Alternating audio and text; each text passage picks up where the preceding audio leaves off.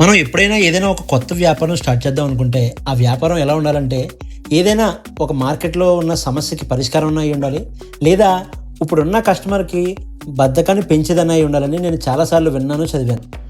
కానీ first time మన customer ఒకరు అటువంటి బిజినెస్ స్టార్ట్ చేయడం అయితే చూశాను. అది ఎలా అంటే కస్టమర్కి కావాల్సిన నాన్ వెజ్ రిక్వైర్మెంట్ మొత్తం ఒకే రూఫ్ కిందకి తీసుకొచ్చారు.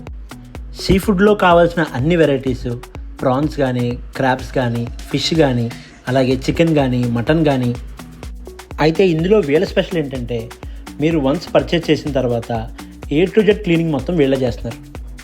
ఇటువంటి స్టోర్కి మనం ఏం చేసామంటే మన బ్రాండ్ ఎక్స్ నుంచే ఈ స్టోర్కి అయితే 2 2 టన్ నాన్ ఇన్వర్టర్ ఓజన్ రిలేస్ అయితే ఇవ్వడం జరిగింది.